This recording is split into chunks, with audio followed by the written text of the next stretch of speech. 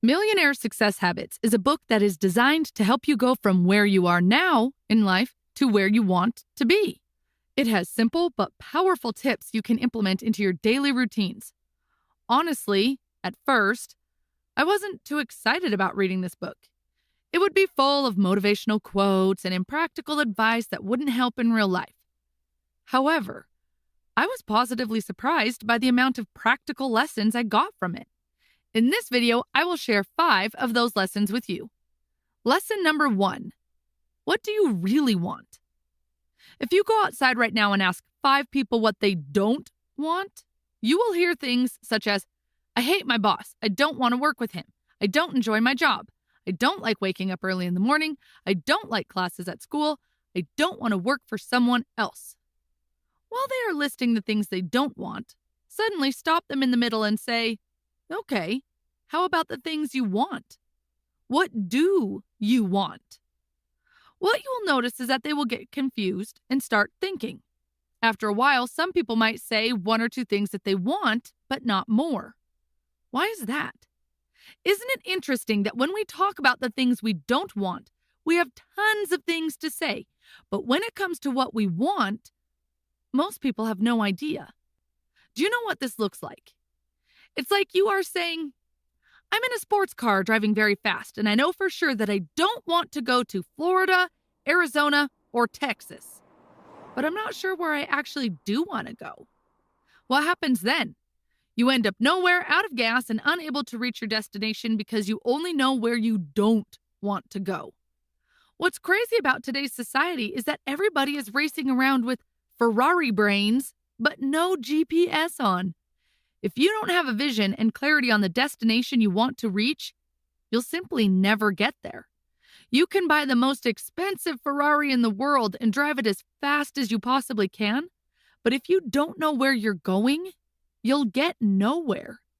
Would you rather drive a Ferrari off a cliff at 200 miles an hour or drive a Toyota to a clear destination? All sounds pretty simple, right? Maybe you're saying, oh, is that the great lesson you have for me? Actually, yes, it is. This is the first thing successful people do. They clearly define what they want and where they want to go. Their destination is crystal clear, and they don't waste energy on the things they don't want. But the majority of people do the opposite. And that is why when you ask them what they don't want, you get many answers. Our brain works in a very interesting way. You see and get whatever you focus on. If you focus on the things you don't want, guess what? You get the things you don't want. The things you want might be right in front of your nose, but you won't see them. A few days ago, I was at home preparing coffee. I opened the refrigerator to pick up some milk, but couldn't find any. I closed the refrigerator and decided to drink my coffee without milk. But then suddenly remembered that I actually bought milk the other day, so I must have it somewhere in the fridge. So I went back again and started to look for milk. But again, no luck. Almost stared at the refrigerator for 15 seconds and then was about to close the door and suddenly saw the milk. It was right there in front of my nose the whole time, but I couldn't see it. You know why? Because I always bought a brand of milk that was packaged in a blue color, but last time when I was shopping, there was none left, so I picked up a different brand in a red package. And because of that, my brain was focused on finding the blue package and ignored the milk in the red package. It's the same in life. You see and get the things that you put your focus on. That's why it's important to focus on what you want. One important note here. When you're defining what you want, be as specific as possible. For example, if I ask what kind of girl you want to date, you might say, I want to date a girl who is educated and is 5 foot 4 inches tall. If you only give me these 2 criteria, then I might bring you a 72-year-old grandmother who is educated and is 5 foot 4 inches tall. Are you going to be fine with that? I'm sure not. So be very specific to the smallest detail. And here's a little tip to help you. Imagine it's 1 year from today, and when looking back over the past year, you realize it was the best year of your life. What does that life look like to you? Get emotional and visualize specific details about what made it so amazing. More specifically, ask yourself the following questions. How much money are you making? How much money do you have saved away for your family's security? Who are you taking care of financially? Where do you work every day? Do you have a home office or are you driving to a new location? Are you taking your existing company to the next level? Are you starting your own company? Are you evolving through the ranks at your job? Do you have a better relationship with your boss? Better yet, are you the boss? What do your relationships with your kids or family members look like? Lesson number 2, find out where you are right now. Where are you? Where are you in your life right this second? What I don't mean is for you to answer literally. What I mean is, what situation or situations are you currently experiencing in your life? Don't lie. Maybe you're just getting out of college or going through college, and you're confused about your future. Maybe you're struggling with the feeling of having untapped potential. Maybe you're trying to find something that can improve your finances. Maybe you just want to start something new to change your life for the better. Before you go to your ideal destination, you need to know where you are. You need to know your starting point. Take a paper and pen or your phone and answer this question. Where am I in life? You can go beyond just your finances and write down where you are in the different areas of your life that matter most. Love, intimacy, health, your career, and your family. When you know where you are and where you want to go, you'll start having a filter that will allow you to say no to certain friends, say no to certain meetings, say no to certain opportunities, say no to certain emails. Lesson number 3, power of knowing your why. Okay, by now you know where you are and where you want to go. Now I'm sure you're wondering how you can get there. What kind of tools or vehicles do you need to use? Well, your why, in other words, your reason to reach the destination, is the best vehicle you have. Your why is like a bulletproof car that will take you to your destination safely. I'll give you a tool how you can find your true why, but first, let me explain the power of knowing your why. Imagine I come to you and say, "Hey, I'm giving you $1,000. Would you pass from the top of this building to another building through the rope connecting them? Ooh, by the way, I have to inform you that the other building is on fire." You'd look at it and say, "Well, it is a 20-story building, and the distance between the two buildings is around 325 feet, plus the building is on fire, so I'm not going to risk my life for $1,000, thank you, but I will pass." But now imagine your mother, daughter, or a person you love the most in life is on top of that building and needs your help, and the only way to that building is through that rope. Would you now use it to pass to the building? I'm sure you would, because you have a loved one on the other side who needs your help. If you noticed, in both examples, it was the same rope, the same distance, the same building, but the only difference was your why. When you know your true why, nothing can stop you. When you know your true why, you don't say, "I'm tired today, so I won't go to the gym." You don't say, "I don't feel like working on this project today." You simply show up every time, no matter what. You probably have some type of goal you want to achieve. Maybe you want to earn $1 million or graduate from university. Whatever that goal is, let me ask you this. Why do you want to reach that goal? Why do you want to earn $1 million? You're most likely going to say that I want financial freedom. I never want to work for someone else, or I want to help my family. Now, these are good whys, but they aren't strong. They come from your head and not from your heart and soul. These whys are not strong enough.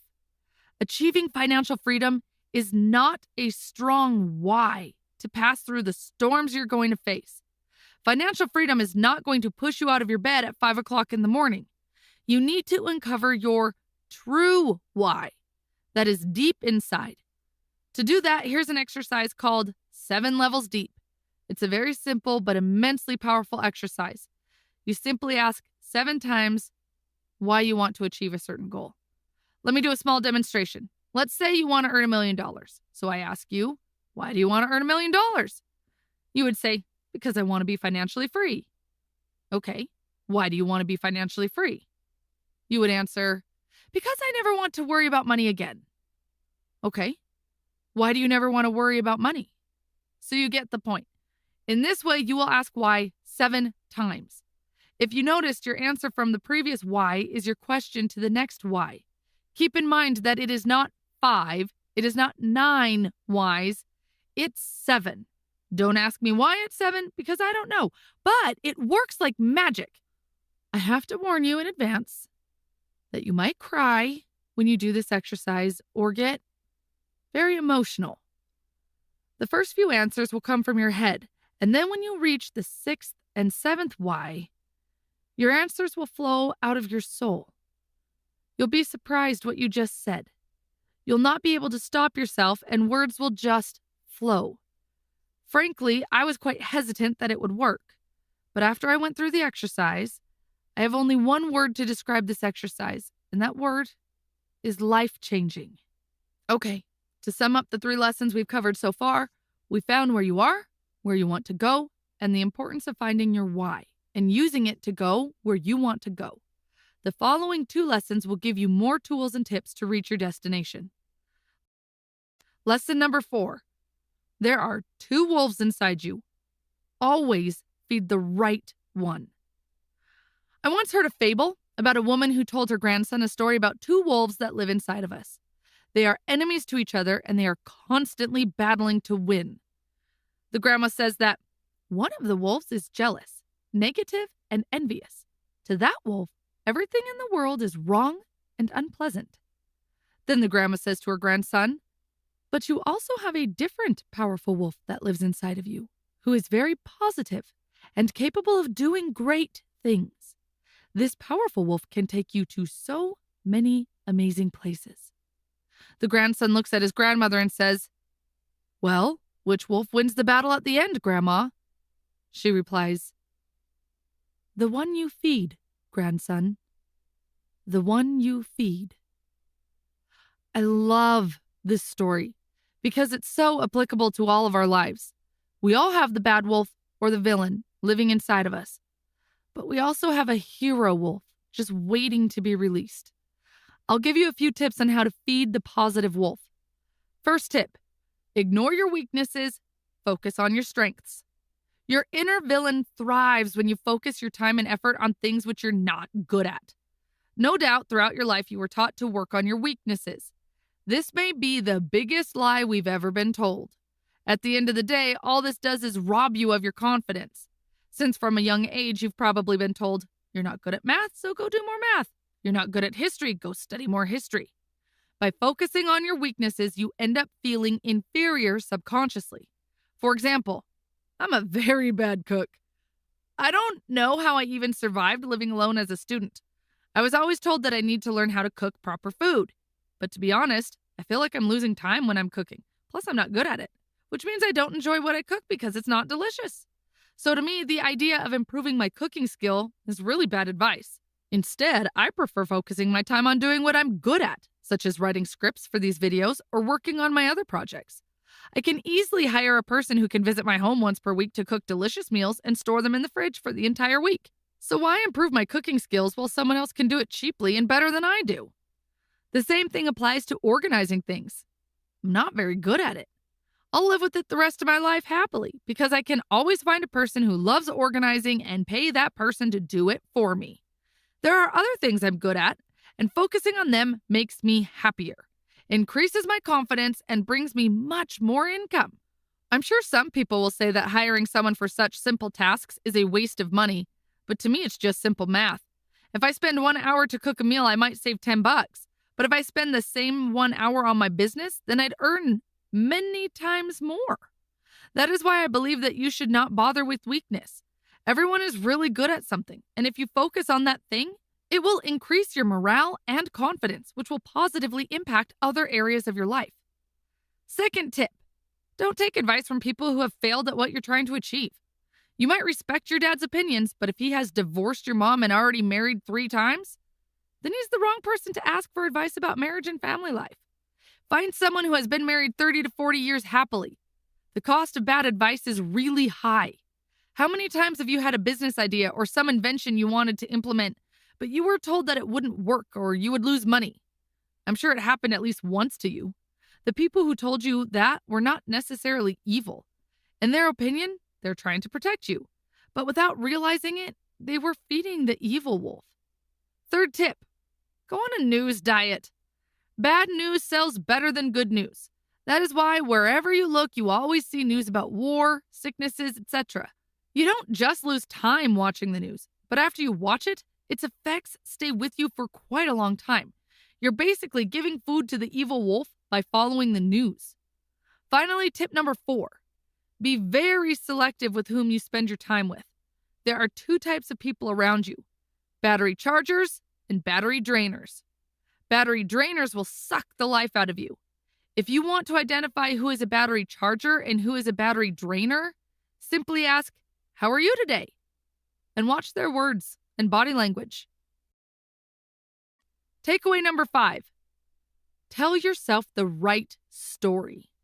Since you're watching this video, the odds are that making more money, starting your own business, or finding work you love are the main things you want to achieve.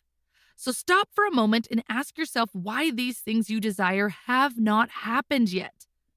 You might respond that the economy is bad, your boss is bad, your partner is unsupportive, you don't have the education and time, you don't have the capital, or you have bad health. Your answers to this question are your stories. Your story is where you live, emotionally, mentally, and sometimes even physically. Your story is like a fire. If you use it right, it will cook your food and heat your home. But if you don't, it will burn you and your home. Our inner villain tells us the stories that hold us back. He does so by telling us stories again and again until we feel like they are facts. Your emotions, your thoughts, and your story are your life. And the most scary part is that sometimes the stories we tell ourselves are not even ours. For example, there's a chance that your dead grandfather's story is ruling your life and you're not even aware of it. It sounds creepy, but let me explain.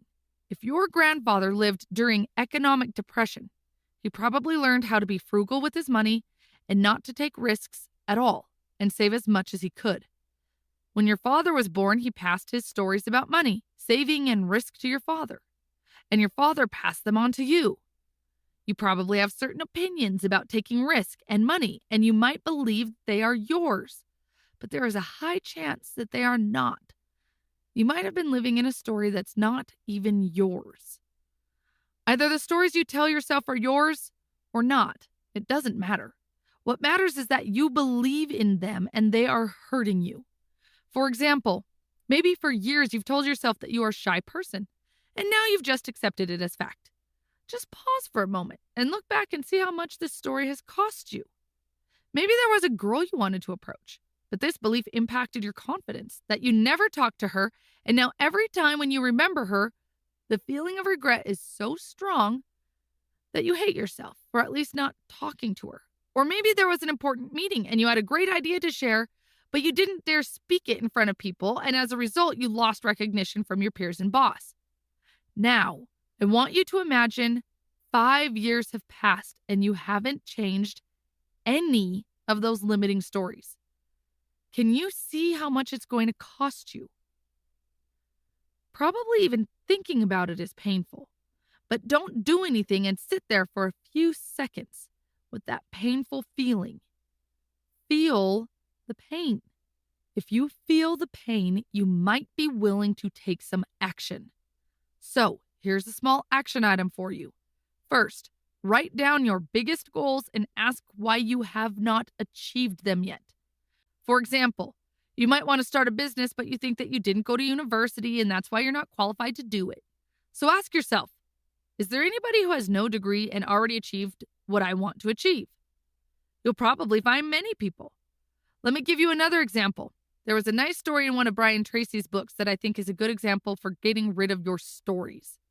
Brian says one day he was speaking on the stage about the possibility of doubling your income and how it is in your hands to do it. After the speech, one guy from the audience approached and said that Brian was speaking nice things, but in his company there was no way that he could double his income. The man explained that whenever he wants a salary increase, they always complain that there's no budget and the company is facing big problems. Brian asked him if he knew anyone in his department who was earning 2 times more than he did, and the guy responded that yes, he knew. Then Brian explained that his company is willing to pay 2 times more. It's just that he didn't want to develop the skills required to raise to that level. The man didn't say anything and simply left. You see, this man's story convinced him that doubling his income was impossible. But in reality, he just didn't want to learn new things and raise his standards. To finalize this video, we talked about 5 lessons. These are knowing what you want and know where you're going, knowing where you are and what your starting point is. We also talked about the importance of identifying your true why and why you should always feed the right wolf. Finally, we discussed how to change the limiting stories that you tell yourself. Hope it was a useful video. Thanks for watching.